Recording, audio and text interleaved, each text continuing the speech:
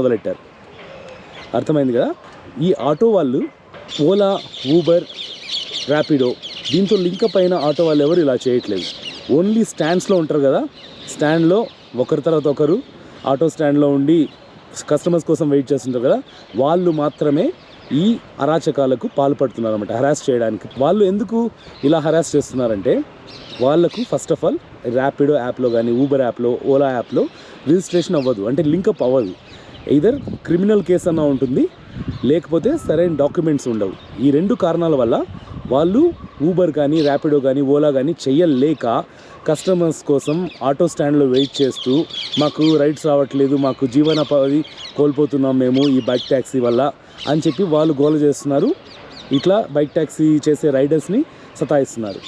వీళ్ళని ఎలా హ్యాండిల్ చేయాలి? Simple process. ఎవరన్నా ఆటో వాళ్ళు వచ్చి మన దగ్గర ఆర్గ్యుమెంట్ చేయడానికన్నా